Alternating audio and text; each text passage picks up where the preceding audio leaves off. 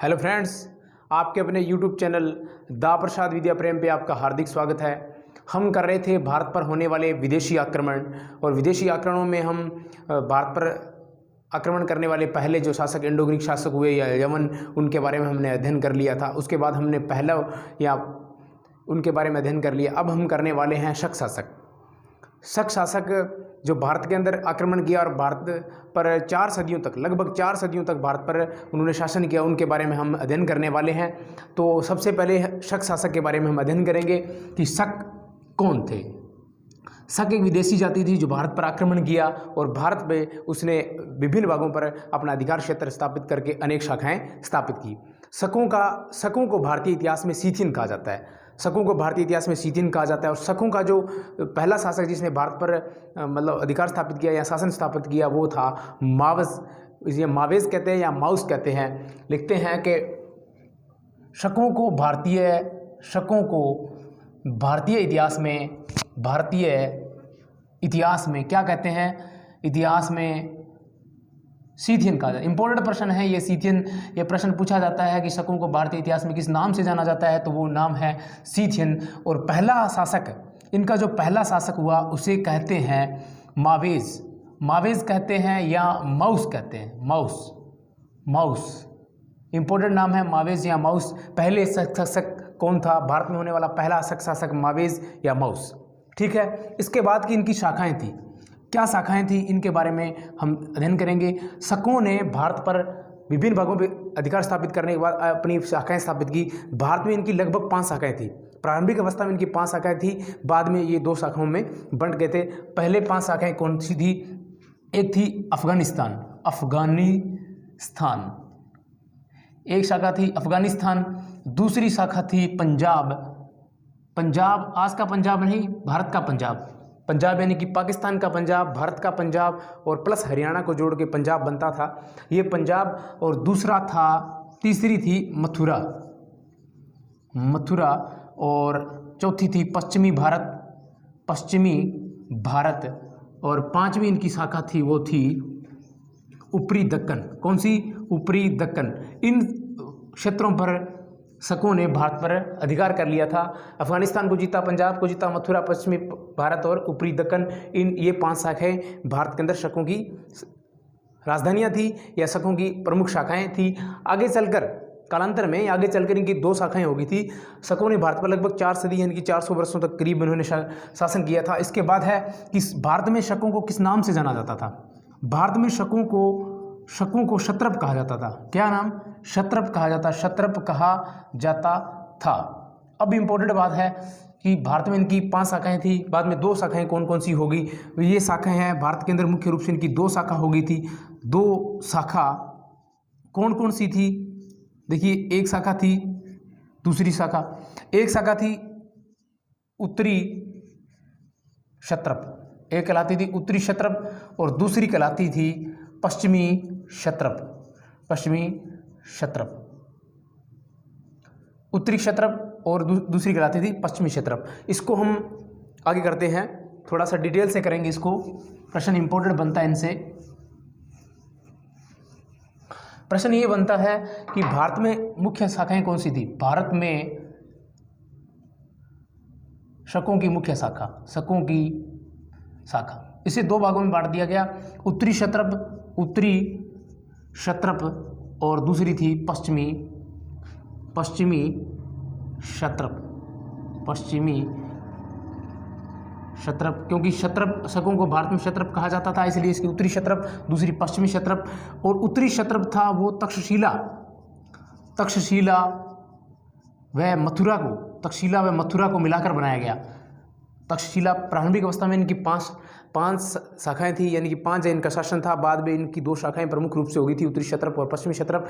और जो शाखाएं थी, अलग अलग शाखाएं, उनको मिलाकर इन्होंने 2 शाखाएं बना ली। पहली शाखा जो उत्तरी क्षत्रप थी उसमें तक्षशिला व मथुरा आती थी। दूसरी पश्चिमी क्षत्रप थी जिसके अंदर नासिक व उज्जैन आ जाता था। यानी कि बाकी की 3 है उन्होंने लगभग भारत में इनमें मिला ली थी, पश्चिमी क्षत्रप के अंदर मिला ली थी। तक्षशिला व मथुरा उत्तरी क्षेत्र में, नासिक, उज्जैन या बाकी की जो शाखाएं थी वो पश्चिमी क्षेत्र में समाहित हो गई थी।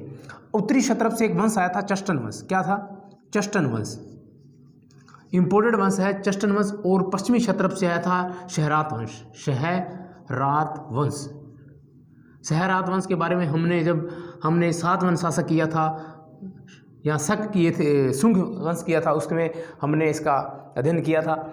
चष्टन वंश से एक राजा हुआ था जिसका नाम था रुद्रदमन। क्या नाम था? रुद्रदमन।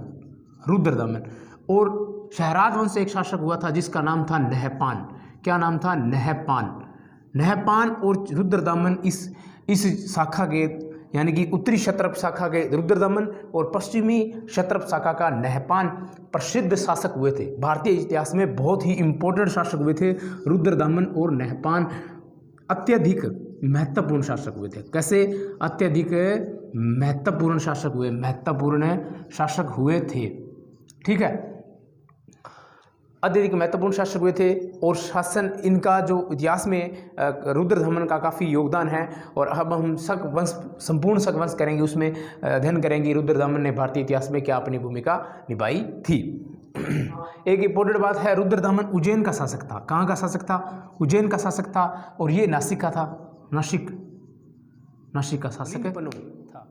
भारतीय इतिहास का एक महत्वपूर्ण ग्रंथ है मिलिंद पनो, जिसके अंदर इंडो ग्रीक शासक मिनांडर व बौद्ध भिक्षु नागसेन के बीच दार्शनिक वार्ता है। उनके बारे में जो प्रश्न उत्तर है या चर्चा हुई, उसका अध्ययन या उसके बारे में लिखा गया है। मिलिंद पनो के अंदर शक जाति का उल्लेख है। मिलिंद पनो में शक जाति का उल्लेख है। और चीनी लेखों के अंदर शक जाति को सही कहा गया है। और शक शासक थे वो मुरुंड की उपाधि धारण करते थे। मुरुंड का शाब्दिक अर्थ होता है स्वामी। और स्टेन कोनो एक इतिहासकार हुए हैं जिन्होंने शकों के लिए मुरुंड शक नाम उपयोग में लिया है। करते हैं कि शक शासक, इस जाति का जो उल्लेख है, शक जाति का उल्लेख है, वो मिलिंद पनो मिलता है। कहाँ मिलता है? मिलिंद पनो ये ग्रंथ है, एक बौद्ध ग्रंथ है मिलिंद पनो, जिसमें नागसेन व मिनांडर के बीच दार्शनिक वार्ता का वर्णन मिलता है। और चीनी लेखों में शक जाति को सही कहा गया। क्या कहा गया? सही कहा गया। एक इम्पोर्टेंट बात है कि शक शासक थे वो मुरुंड की उपाधि धारण करते थे। इनकी उपाधि थी मरुंड कहलाती थी। मरुंड और मरुंड का शाब्दिक अर्थ होता है, इसका शाब्दिक अर्थ क्या है? शाब्दिक अर्थ है इसका स्वामी या भारतीय अर्थ मान लो, शाब्दिक अर्थ मान लो, इसका अर्थ है स्वामी। इसके बाद एक इतिहासकार थे स्टेन कोनो। क्या नाम था? स्टेन कोनो शकों को शक मुरुंड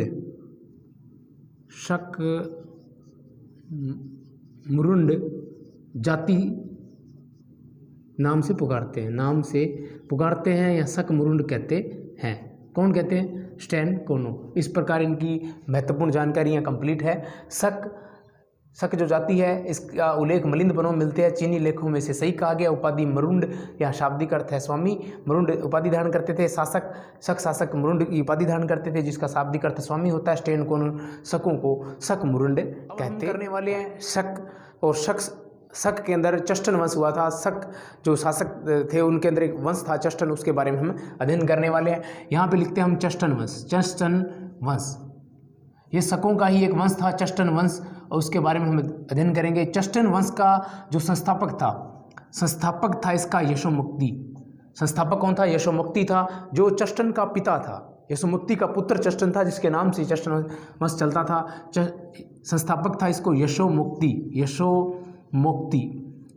इसका संस्थापक था। और इसका पुत्र था, यशोमुक्ति का पुत्र था, जिसका नाम क्या था? चष्टन था। ये इंपॉर्टेंट बात है, प्रश्न ऐसे बनता है कि चष्टन वंश का संस्थापक कौन था? शकों के अंदर चष्टन वंश का संस्थापक कौन था? यशोमुक्ति, और उसका पुत्र का नाम चष्टन था। ये 2 प्रश्न इंपॉर्टेंट चष्टन वंश से बनते हैं। इसके बाद है एक शासक आया था, इसका रुद्रदमन उत्तरी क्षत्रप शाखा से रुद्रदमन शासक था, जिसने भारत के काफ़ी हिस्सों पर अधिकार किया। और इसने जो पश्चिमी शाखा के अंदर जो उज्जैन या नासिक आता था, उसका भी ये शासक बन गया था। उसको भी अपने अधिकार क्षेत्र में समाहित करके भारत को एकतम में विलीन किया, या भारत पर अधिकार क्षेत्र स्थापित करके उसने एक विशाल साम्राज्य का निर्माण किया। वो था रुद्रदमन ने कोंकण नासिक उज्जैन और मालवा, काठियावाड़, गुजरात के एक बड़े भाग पर, यानी कि लगभग इधर भारत का ऊपरी हिस्सा, भारत के यानी जो उत्तरी हिस्सा है उस संपूर्ण हिस्से पे इसने रुद्रदमन ने अधिकार स्थापित किया। कब से कब तक? 130 ईस्वी से लेकर 150 ईस्वी तक इसने राज्य किया और इसने एक विशाल साम्राज्य का निर्माण किया। किसने? रुद्रदमन ने। रुद्रदमन का भारतीय इतिहास में बहुत ही इंपॉर्टेंट नाम है। इसने कोंकण, नासिक, उज्जैन, मालवा, काठियावाड़, गुजरात, भारत के इसने संपूर्ण बड़े भाग पर अधिकार क्षेत्र स्थापित किया। इसका शासनकाल 130 से 150 ईसा पूर्व था।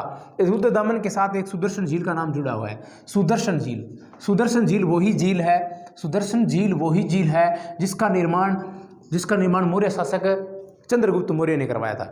मौर्य शासक चंद्रगुप्त मौर्य ने करवाया था। उनके समय पुष्यगुप्त वैश्य ने करवाया था और सुदर्शन झील की मरम्मत करवाई थी।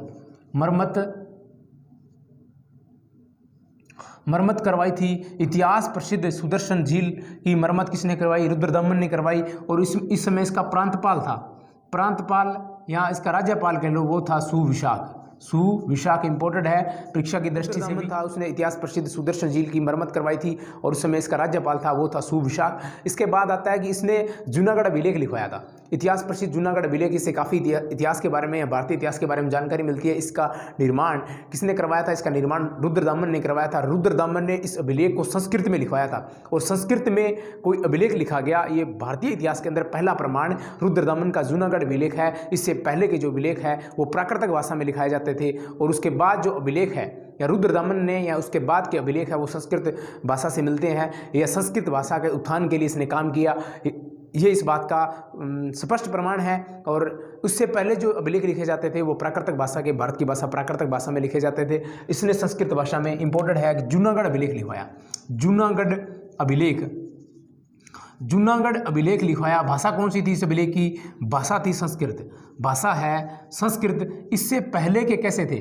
पहले लिखे जाते थे प्राकृतिक भाषा में, प्राकृतिक भाषा में लिखे जाते थे, प्राकृतिक भाषा में लिखे जाते थे। और रुद्रदमन ने जूनागढ़ अभिलेख संस्कृत भाषा में लिखवाया। अब इम्पोर्टेंट है कि इसने संस्कृत भाषा के लिए उत्थान के लिए काम किया, संस्कृत भाषा का विकास किया, संस्कृत भाषा का विकास किया। दूसरा, संस्कृत भाषा को राजकीय शरण दिया। संस्कृत भाषा को राजकीय शरण देने वाला शासक, प्रथम शासक कौन था? रुद्रदमन। राजकीय संरक्षण दिया किसको? संस्कृत भाषा को दिया। किसने दिया? रुद्रदमन ने दिया। अब एक इम्पोर्टेंट है कि रुद्रदमन के समय एक जो सातवाहन शासक था, क्योंकि सातवाहनों के शासकों के साथ शक और सातवाहनों के बीच में संघर्ष चला था और उसी समय रुद्रदमन का या चष्टन और रुद्रदमन का समकालीन शासक था, वो पुलवामी था। कौन सा? विशिष्टिपुत्र पुलवामी, यानी कि गौतमीपुत्र सातकर्णी का पुत्र विशिष्टिपुत्र पुलवामी रुद्रदमन का समकालीन था। इसके बीच रुद्रदमन और विशिष्टिपुत्र पुलवामी के बीच साम्राज्य विस्तार को लेकर या सीमा के विस्तार को लेकर आपस में युद्ध होता है और ये 2 बार युद्ध होता है और 2 बार युद्ध के अंदर रुद्रदमन विजेता होता है, यानी कि 2 बार ये पुलवामी को पराजित कर देता है, लेकिन उसे छोड़ देता है। क्यों? क्योंकि वो उसका निकट संबंधी था। निकट संबंधी इस वजह से था कि रुद्रदमन की बेटी की शादी पुलवामी से की गई थी। पहली बार जब वो युद्ध हार जाता है तो उसके साथ अपनी पुत्री की शादी करके उसे रिश्तेदार बनाता है, लेकिन पुलवामी अपनी हार का बदला लेने के लिए दोबारा इस पर अटैक करता है, आक्रमण करता है, लेकिन दूसरी बार भी हार जाता है। देखिए किस प्रकार दोनों के बीच संघर्ष होता है, उसका हम अध्ययन करेंगे। रुद्रदमन वर्सेस पुलवामी।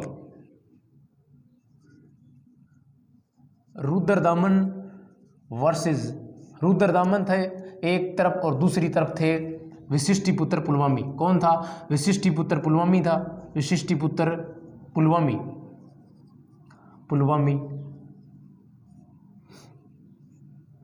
अब देखिए, रुद्रदमन शासक था और विशिष्टिपुत्र पुलवामी है, ये सातवाहन शासक था। सातवाहन शासक, ये बड़े शासक, बड़ा नाम, बड़े शासक, बड़ी उपाधियाँ।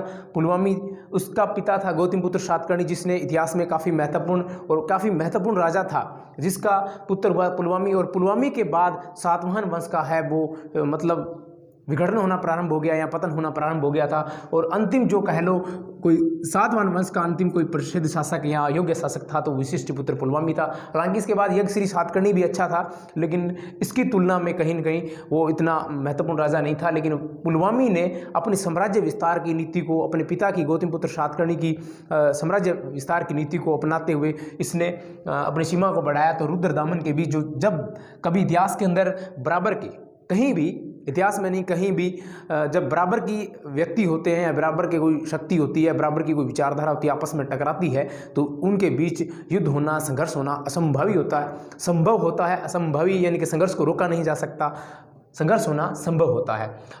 इसी प्रकार इन दोनों के बीच में युद्ध हुआ। वशिष्ठपुत्र पुलमावी और रुद्रदामन के बीच में जब पहली बार युद्ध हुआ तो पहली बार युद्ध में रुद्रदामन विजेता होता है। पहले युद्ध के अंदर रुद्रदामन विजेता होता है, वशिष्ठपुत्र पुलमावी हार जाता है। लेकिन इनकी शक्ति मजबूत थी, तो रुद्रदामन ने क्या किया, अपनी सीमा की सुरक्षा करने के लिए वशिष्ठपुत्र पुलमावी के साथ अपनी पुत्री की शादी कर दी, अपनी पुत्री की शादी कर दी और संधि कर ली। पुत्री की शादी किससे कर दी? वशिष्ठपुत्र पुलमावी से कर दी कि भविष्य में अपना रिश्तेदार बन जाएगा और इनके बीच संघर्ष यानी कि सीमा विस्तार को लेकर संघर्ष नहीं होगा, अपने अपने राज्य के अंदर राज्य करेंगे। लेकिन ऐसा नहीं हुआ, क्योंकि वशिष्ठपुत्र पुलमावी था वो स्वाभिमानी था, क्योंकि गौतमपुत्र सातकर्णी का पुत्र था, एक महान वंश के महान राजा का पुत्र था। इसलिए अपनी छवि को बेहतरीन बनाने के लिए इसने दोबारा रुद्रदामन पर अटैक किया। लेकिन रुद्रदामन भी इस बात से सचेत था कि कहीं ना कहीं पुलमावी इस पर अटैक कर सकता है। दोबारा युद्ध होता है, दोनों में संघर्ष के बाद फिर ये विजेता हो जाता है। कौन?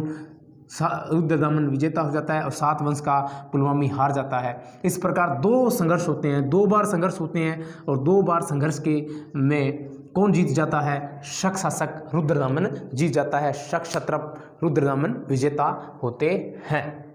शकों के अंदर जो क्षत्र प्रणाली के अंदर चष्टन वंश था जिसका संस्थापक यशोमुक्ति था और उसका पुत्र चष्टन था। चष्टन का पुत्र रुद्रदामन और जयदामन का पुत्र था रुद्रदामन। यानी कि जो रुद्रदामन है, रुद्रदामन इसके पिता का नाम, रुद्रदामन के जो पिता है, रुद्रदामन के पिता का नाम जयदामन था। क्या नाम था? जयदामन। जयदामन या दादा का नाम चष्टन था, चष्टन। दादा का नाम था चष्टन और पिता का नाम था जयदामन। रुद्रदामन चष्टन का पुत्र व जयदामन का पुत्र था। अब इम्पोर्टेंट बात क्या है? वो है कि रुद्रदामन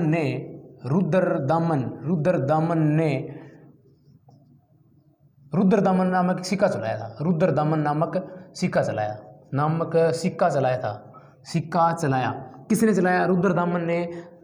रुद्रदामन सिक्का चलाया। यहाँ प्रश्न ऐसे बन सकता है कि रुद्रदामन नामक सिक्का किसने चलवाया था? रुद्रदामन नामक सिक्का शक शासक रुद्रदामन ने ही चलवाया था। ये रुद्रदामन था वो संगीत कला में यानी कि गांधर्व विद्या के अंदर प्रवीण था, यानी कि संगीत कला जानता था। इंपॉर्टेंट बात है, संगीत कला में प्रवीण था। संगीत कला कह लो या गांधर्व विद्या कह लो, गांधर्व विद्या में प्रवीण था। कौन? रुद्रदामन प्रवीण था। प्रवीण यानी कि निपुण था। कौन था? रुद्रदामन था। अब एक अभिलेख आता है। क्या आता है? अभिलेख।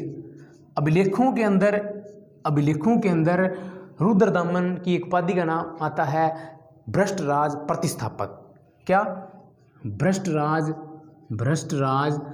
प्रतिस्थापक, यानी कि भ्रष्ट आचरण से या भ्रष्टाचार के खिलाफ कोई शासन करने वाला था तो वो था रुद्रदामन। भ्रष्टराज प्रतिस्थापक इसकी उपाधि मिलती है या इसके नाम का उल्लेख होता है अभिलेखों के अंदर। किसका? रुद्रदामन का। ये प्रश्न ऐसे बन सकता है कि रुद्रदामन को अभिलेखों में किस नाम से जाना जा सकता है? आ सकता है भ्रष्टराज प्रतिस्थापक या भ्रष्टराज प्रतिस्थापक नामक उपाधि अभिलेखों में किस शासक की मिलती है? तो इसका उत्तर होगा रुद्रदामन शासक। एक अभिलेख आता है अंधो अभिलेख। अंधो अभिलेख जो कच्छ की खाड़ी से मिला है। कहाँ से मिला है? कच्छ की खाड़ी से मिला है। कच्छ की खाड़ी से मिला अभिलेख है अंधो अभिलेख। कच्छ की खाड़ी से अभिलेख मिला है। इससे हमें जानकारी मिलती है कि रुद्रदामन ने चष्टन के साथ सह शासक के रूप में शासन किया। सह शासक के रूप में कार्य किया। किसने किया? रुद्रदामन ने किया। एक इंपॉर्टेंट बात है कि रुद्रदामन ने चांदी की मुद्राएं चलाई। रुद्रदामन ने चांदी की मुद्रा भी चलाई, रुद्रदामन ने चांदी की मुद्रा चलाई। कैसी मुद्राएं? चांदी की मुद्रा किसने चलाई थी? रुद्रदामन ने चलाई। रुद्रदामन ने रुद्रदामन नामक सिक्का भी चलवाया था, चांदी की मुद्राएं चलाई था। यह वैदिक धर्म का अनुयायी था, या कह लो कि इसने वैदिक धर्म को अपना लिया था। ये वैदिक धर्म को अपनाने वाला शासक रुद्रदामन था। इस बात की जानकारी हमें जूनागढ़ अभिलेख से मिलती है, क्योंकि जूनागढ़ अभिलेख के अंदर जो अभिलेख लिखवाया वो संस्कृत भाषा में लिखवाया गया। संस्कृत भाषा का पहला अभिलेख रुद्रदामन ने ही लिखवाया था। अब इम्पोर्टेंट है कि जो इसने अभिलेख लिखा है संस्कृत में, उसमें संस्कृत भाषा का इम्पोर्टेंट प्रश्न है एग्जाम की दृष्टि से। संस्कृत भाषा में लिखवाया गया लेख युक्त या तिथि युक्त, कैसा?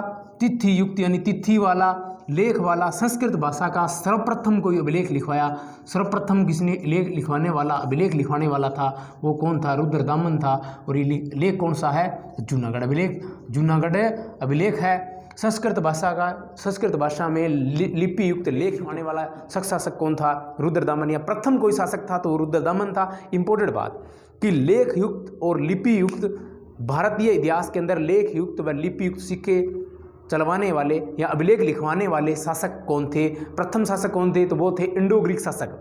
इंडो ग्रीक शासक थे जिन्होंने प्रथम लेख युक्त या लिपि युक्त सिक्के लिखवाए। मिनांडर के काफ़ी ऐसे अभिलेख मिलते हैं, सिक्के भी मिलते हैं, लेकिन संस्कृत भाषा का कोई लेख युक्त या तिथि युक्त कोई अभिलेख है तो वो रुद्रदामन का अभिलेख है। और रुद्रदामन ही पहला शासक था जिसने लेख युक्त और लिपि युक्त सिक्के लिखवाए थे। अब एक बात आती है कि शक व सातवाहन काल में, शक व सातवाहन काल के अंदर सोने चांदी की जो विनिमय दर थी वो कितनी थी? सोने चांदी की विनिमय दर थी 1.35, यानी कि 1 सोना 35 चांदी। ये विनिमय दर कहाँ की थी? शक व सातवाहन काल के अंदर। एक इम्पोर्टेंट बात और है, वो बात यह है कि शकों ने क्षत्रप प्रणाली जो अपनी इनकी क्षत्रप प्रणाली थी, ये क्षत्रप प्रणाली इन्होंने ईरान से ग्रहण की थी। प्रणाली कहाँ से ग्रहण की थी? ईरान से ग्रहण की थी। प्रश्न ऐसे बनता है, ईरान से ग्रहण की। प्रश्न इस प्रकार बनता है कि शकों ने क्षत्रप प्रणाली कहाँ से ग्रहण की या कहाँ की झलक है? तो ईरान की झलक है। एक सबसे इम्पोर्टेंट बात, जो अंतिम बात है शक वंश के अंदर, कि शक वंश का अंत कैसे हुआ? शक वंश का अंत 4वीं शताब्दी के अंदर हुआ। 4वीं शताब्दी के अंदर एक गुप्त सम्राट हुआ था, चंद्रगुप्त विक्रमादित्य एक शासक हुआ था जिसने शक वंश के अंतिम शासक रुद्रसेन तृतीय को पराजित कर शक वंश का उन्मूलन कर दिया। इंपॉर्टेंट है इतिहास की दृष्टि से, काफ़ी महत्वपूर्ण नाम है, याद रखेंगे। गुप्त सम्राट कौन से? गुप्त शासक का नाम है चंद्रगुप्त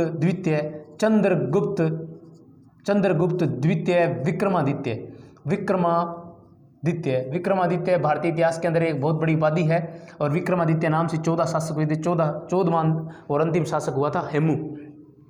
गुप्त शासक चंद्रगुप्त विक्रमादित्य ने रुद्र सिंह तृतीय को पराजित कर शक वंश का उन्मूलन कर दिया। यानी कि भारत की शक वंश का उन्मूलन कर दिया। भारत से शक वंश खत्म कर दिया। किसने? चंद्रगुप्त विक्रमादित्य ने। इस प्रकार ये शक वंश कंप्लीट होता है। एग्जाम की दृष्टि से जो महत्वपूर्ण बातें थी, महत्वपूर्ण फैक्ट थे, वो हम कर रहे हैं। शहरात वंश, भारत पर होने वाले विदेशी आक्रमण या विदेशी जातियां, उसमें एक इंपॉर्टेंट जाति नाम है शहरात वंश। उसके बारे में थोड़ी अध्ययन करते हैं। ये शकों के साथ ही एक जाति थी शहरात वंश का प्रथम शासक था। प्रथम कोई शासक था, वो शासक था भूमक। क्या नाम था? भूमक। प्रथम शासक था भूमक। और भूमक का जो उत्तराधिकारी शासक हुआ था वो था नहपान। कौन था? नहपान भारतीय इतिहास में इंपॉर्टेंट शासक था। नहपान वही था जिसका गौतमीपुत्र सातकर्णी, सातवां शासक गौतमीपुत्र सातकर्णी के साथ युद्ध हुआ था। अब देखिए नहपान के बारे में देखते हैं कि नहपान और इसका युद्ध होता है गौतमीपुत्र सातकर्णी के साथ।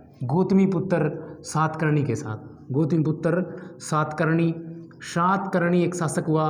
गौतमीपुत्र सातकर्णी काफ़ी इंपॉर्टेंट था। सातवाहनों के अंदर इनके बीच में संघर्ष होता है, दोनों को सीमा विस्तार के लिए दोनों के बीच में संघर्ष होता है। गौतमीपुत्र सातकर्णी इस युद्ध में विजेता होता है और शहरात वंश का नहपान हार जाता है। तो गौतमीपुत्र सातकर्णी एक उपाधि धारण करता है। उपाधि का नाम आता है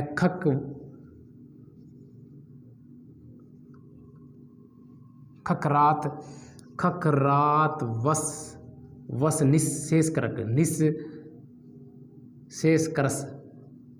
करस इतनी बड़ी उपाधि धारण कर नहपान वंश का उन्मूलन कर दिया। किसने? गौतमीपुत्र सातकर्णी ने कर दिया। इस बात की जानकारी हमें जोगलथंबी मुद्रा भांड से मिलती है। जोगलथंबी मुद्रा भांड से मिलती है। मुद्रा भांड ये कहाँ से प्राप्त हुआ है? नासिक। इस बात की जानकारी भी नासिक या अभिलेख से या जोगलथंबी मुद्रा भांड से प्राप्त होती है कि नहपान और गौतमीपुत्र सातकर्णी के बीच में युद्ध हुआ, जिसमें गौतमीपुत्र सातकर्णी विजेता हो जाता है। अब इसके बाद करने वाले एक अभिलेख है नासिक अभिलेख। नासिक अभिलेख की संख्या नंबर 10 में एक बात लिखी गई है। नासिक अभिलेख आता है, नासिक अभिलेख के संख्या नंबर 10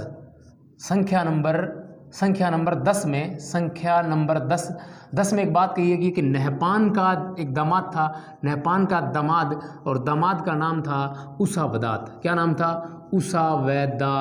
उसावदात नाम था। उसावदात ने, नहपान का जो दामाद था उसावदात ने, उसने ब्राह्मणों व बौद्ध भिक्षुओं को दान दिया था। ब्राह्मणों व बौद्ध भिक्षुओं को दान देने वाला कौन था?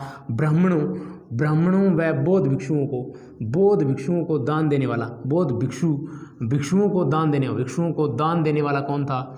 दान देने वाला था कौन था? उसावदात था। उसावदात ने ब्राह्मणों बौद्ध भिक्षुओं को दान दिया। अब इम्पोर्टेंट बात है कि एक अभिलेख आता है कन्हेरी। क्या नाम है? कन्हेरी। कन्हेरी अभिलेख के अंदर एक बात की जानकारी और मिलती है। क्या जानकारी मिलती है? इम्पोर्टेंट है कन्हेरी अभिलेख। कन्हेरी अभिलेख में मिलता है कि उसावदात ने बौद्ध भिक्षुओं को, किसको? बौद्ध भिक्षुओं को एक ग्राम दान दिया। कर्जिक या कर्जक, ये किसको दिया? बौद्ध भिक्षुओं को, जो कारले बौद्ध संघ था। कारले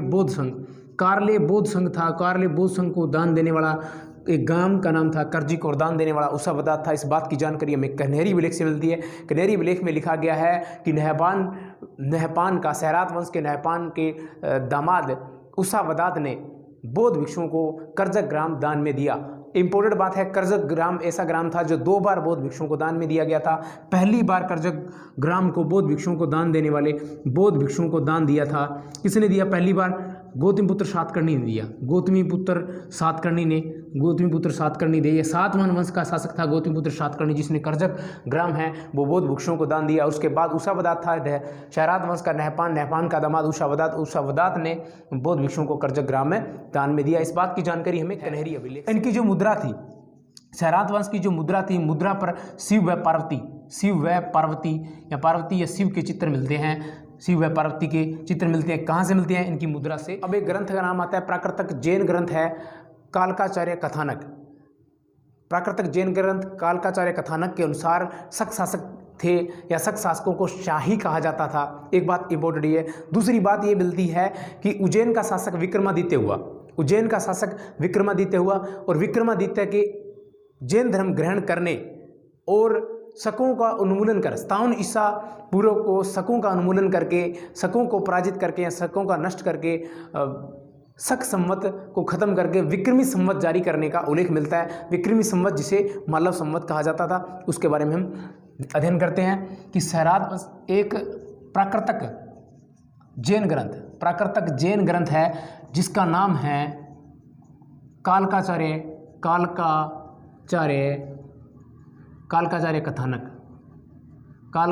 कथानक के अनुसार 2 इंपॉर्टेंट बातें हैं। अनुसार शकों को शाही कहा जाता था। शकों को शाही, ये इंपॉर्टेंट नाम है, शाही कहा जाता था। शकों को शाही कहा जाता था। शक नरेशों को यानी शासकों को शाही कहा जाता था। यहाँ उपाधि उनकी दी गई है किसमें? प्राकृतक जैन ग्रंथ कालकाचार्य कथानक के अनुसार। ये एक पहली बात। दूसरी इंपॉर्टेंट बात है वो है ये है कि उज्जैन का शासक हुआ था, उज्जैन का शासक विक्रमादित्य हुआ था और विक्रमादित्य ने जैन धर्म ग्रहण कर लिया। जैन धर्म ग्रहण कर लिया या करने का उल्लेख है किसमें मिलता है? करने का उल्लेख मिलता है तो किसमें मिलता है? प्राकृतक जैन ग्रंथ कालकाचार्य में मिलता है। एक इंपॉर्टेंट ये बात है कि इनको जैन धर्म को ग्रहण किया और 57 BC यानी कि ईसा पूर्व में शकों को पराजित कर या शकों का उन्मूलन कर दिया। शकों को उन्मूलन कर या शकों को पराजित कर एक विक्रमी संवत चलाया, विक्रमी संवत चलाया, विक्रमी संवत चलाया, और विक्रमी संवत को ही मालव संवत कहा जाता है। क्या नाम दिया जाता है? मालव संवत कहा जाता है, मालव संवत कहा जाता है। विक्रमी संवत को मालव संवत कहा जाता है। इस बात की जानकारी हमें प्राकृतिक जैन ग्रंथ कालकाचार्य से मिलती है, जिसमें के अंदर दो बातें कि शक नरेशों को शाही कहा जाता था और उज्जैन का शासक विक्रमादित्य हुआ। विक्रमादित्य ने जैन धर्म ग्रहण कर लिया। उसके जैन धर्म ग्रहण करने का उल्लेख और शकों को पराजित कर और स्थान ईसा पूर्व के अंदर विक्रमी संवत चलाया और विक्रमी संवत को मालव संवत के नाम से जाना जाता है। इस बात की जानकारी हमें प्राकृतिक जैन ग्रंथ कालकाचार्य से मिलती है। एक इंपॉर्टेंट बात है कि जिस प्रकार रोमन शासक सीजर की उपाधि धारण करते थे, रोमन शासक सीजर की उपाधि धारण करते थे। एक महत्वपूर्ण उपाधि थी सीजर, रोमन शासकों की उपाधि थी सीजर का। जिस प्रकार रोमन शासक सीजर की उपाधि धारण करते थे, उसी प्रकार भारतीय नरेश विक्रमादित्य की उपाधि धारण करते थे। भारतीय कैसी उपाधि धारण करते थे? विक्रमादित्य। भारतीय उपाधि धारण करते थे विक्रमादित्य की उपाधि धारण करते थे। जिस प्रकार रोमन सम्राट सीजर की उपाधि धारण करते थे, ये इंपॉर्टेंट उपाधि थी, महत्वपूर्ण उपाधि, सीजर की उपाधि धारण करते थे रोमन शासक, उसी प्रकार भारतीय शासक विक्रमादित्य की उपाधि धारण करते थे। और उसी प्रकार उज्जैन का जो शासक था उसने भी विक्रमादित्य की उपाधि धारण की और विक्रमादित्य की उपाधि धारण की। और विक्रमादित्य की उपाधि धारण करने वाला जो महत्वपूर्ण राजा था, यहाँ को सबसे प्रसिद्ध और सबसे फेमस कोई राजा हुआ था, वो हुआ था गुप्त सम्राट चंद्रगुप्त द्वितीय विक्रमादित्य। सबसे शक्तिशाली, सबसे प्रसिद्ध शक्तिशाली भारतीय इतिहास में कोई विक्रमादित्य उपाधि धारण करने वाला, कौन सी? विक्रमादित्य उपाधि धारण करने वाला शासक हुआ, वो कौन सा हुआ था? चंद्रगुप्त द्वितीय विक्रमादित्य या गुप्त सम्राट था। विक्रमादित्य ये शासक थे, गुप्त शासक हुआ चंद्रगुप्त। विक्रमादित्य ने विक्रमादित्य उपाधि धारण की थी और विक्रमादित्य उपाधि धारण करने वाला सबसे प्रसिद्ध शासक था। और ये विक्रमादित्य उपाधि धारण करने वाले भारत में कुल 14 शासक हुए। कितने शासक हुए? 14 शासक हुए। और अंतिम शासक हुआ वो हुआ था मध्यकाल के अंदर, यानी कि मुगल काल के अंदर, मुगल काल में कह लो एक हेमू हुआ था। क्या नाम हुआ था? हेमू ने विक्रमादित्य उपाधि धारण करने वाला अंतिम भारत का शासक हेमू था, या हेमू कलानी जिसे कहा जाता है, विक्रमादित्य उपाधि धारण की थी। इस प्रकार ये शक और शहरात वंश कंप्लीट होता है। अब भारत का इतिहास के अंदर जो कुषाण शासक है उसके बारे में हम अध्ययन करेंगे। बहुत ही महत्वपूर्ण है, एग्जाम की दृष्टि से सबसे ज़्यादा प्रश्न पूछे जाते हैं कुषाणों से, और कुषाण वंश का अध्ययन करेंगे। एग्जाम में इससे ज़्यादा नहीं आएगा। और आप सभी साथियों से आग्रह है कि आपका अपना YouTube चैनल दा प्रसाद विद्या प्रेम सब्सक्राइब करें, लाइक करें, शेयर करें, बेल आइकन प्रेस करें, कमेंट करके बताएं क्लास कैसे लग रही है। धन्यवाद।